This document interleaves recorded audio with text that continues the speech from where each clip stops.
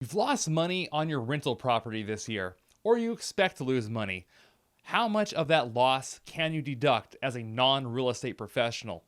And when can you deduct that loss? That's what we're going to cover as we go through this video. Hey, what's going on, everybody? My name is Mike the CPA, and on this channel, our focus is taxes and investing. Throughout the year, many of you ask me questions regarding taxes and real estate, whether we're in tax time or outside of tax time. And whether you are currently a real estate investor or thinking of becoming one, understanding how losses work for rentals is crucial to how you operate your rental business. As a CPA, what I find in the profession is that a lot of people who are new to investing in real estate, they automatically assume that when they have a loss on their rental, they're going to be able to use this loss to offset their other forms of income. Income like wages, interest, ordinary dividends, self-employment income, and you guys get the idea. But that's not always how it works. Okay, so why is it that you can't always use your rental loss to offset your other forms of income? Your other forms of income, from wages, from your business, from interest, etc., that's considered ordinary income. The IRS views rental income as passive income, and therefore they limit how much of a passive loss you can use to deduct against your other forms of income. Quick side note, if you happen to be an actual real estate professional, then a lot of these loss limitations do not apply to you. In fact, rental income in that case would not be treated as a passive activity. So it's a whole different ballgame if you're a real estate professional. But hey, don't worry. Even if you're not a real estate professional, which most people aren't, you can still deduct up to $25,000 of a rental loss, a passive loss, against your other forms of ordinary income. But before you can do that, you need to know there are AGI limitations. Concerning AGI limitations, as long as your income is under $100,000, your adjusted gross income, you're going to be able to deduct the entire loss from your rental up to the extent of $25,000. However, as your income climbs from $100,000 all the way up to $150,000, once your income reaches $150,000, you will no longer be able to take any loss against your rental and use it against your other income sources. Think of it this way. For every $2 in income that you're above the $100,000 threshold, you lose $1 of the deduction. That's why once your income's at $150,000, you lose the entire $25,000 deduction. At this point, I would love to be able to tell you guys, hey, just go on your way, you know everything you need to know. But that's not quite the case. Now let's talk about active participation, because this is going to be a key element in you being able to deduct these rental losses. When you hear the term active participation, you probably think about the days when you were in elementary school and you had to participate in class. It's a little bit different than that, but somewhat similar. In a rental, when they talk about active participation, what they're really getting at is, do you actively manage the rental property? So what does that mean? Well, for starters, in order to actively manage the property, you have to own at least 10% or have a 10% interest in the rental property itself. Does this also mean you have to be the one repairing the property and doing all the other management functions on the property? Well, I have some good news for you. Luckily, you don't have to be great at fixing things in order to manage a rental property and still be actively participating. For example, you don't have to fix that leaky faucet behind me. You don't have to be the one who mows the backyard.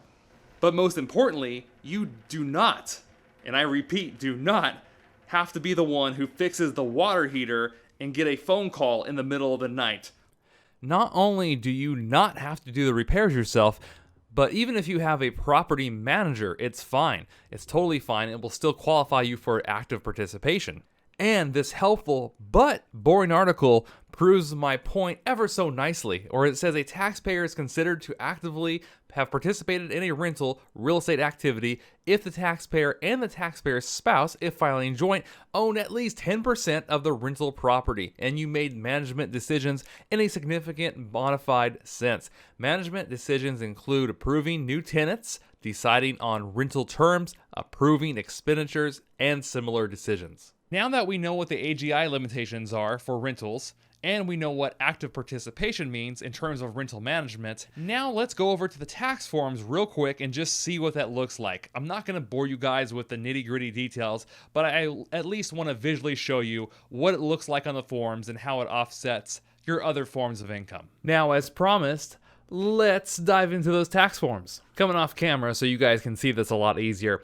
All right, so this is Schedule E. And I'm not going to show you how to go through Schedule E. It's not that kind of a video. I do have a video already posted that will walk you through how to do this. I'll leave a link to that video as a card above and in the description and comment section below the video here. So you can see in this rental, Chipper has rents of $24,000.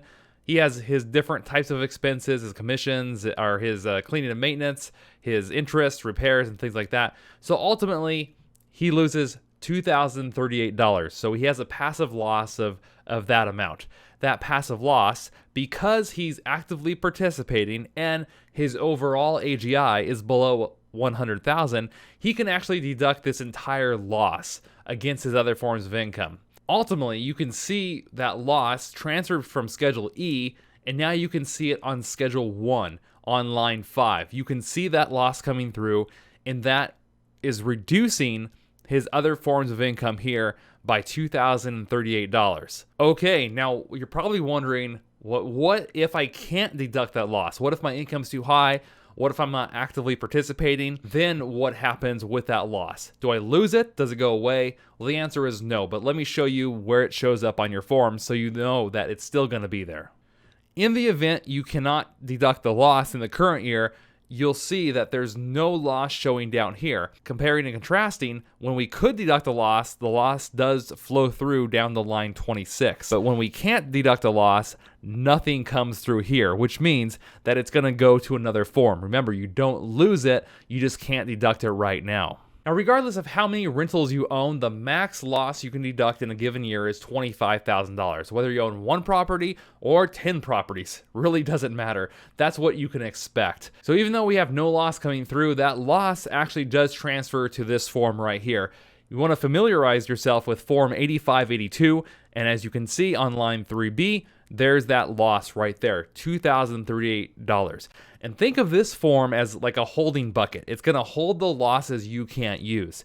And as the next year rolls around, let's say you have more passive income.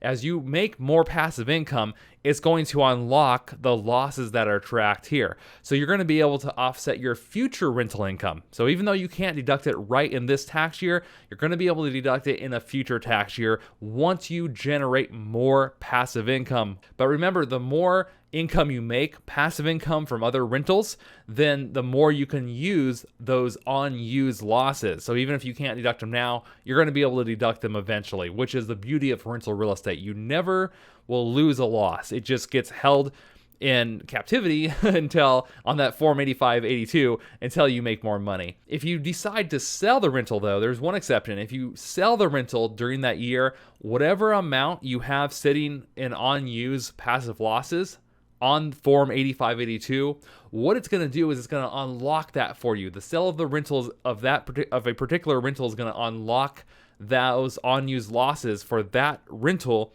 and allow you to deduct them all in that year. All right, ladies and gentlemen, I hope you got a lot out of this video and what you can expect when it comes to deducting rental losses. Let me know what questions you have or if this was helpful down in the comments below.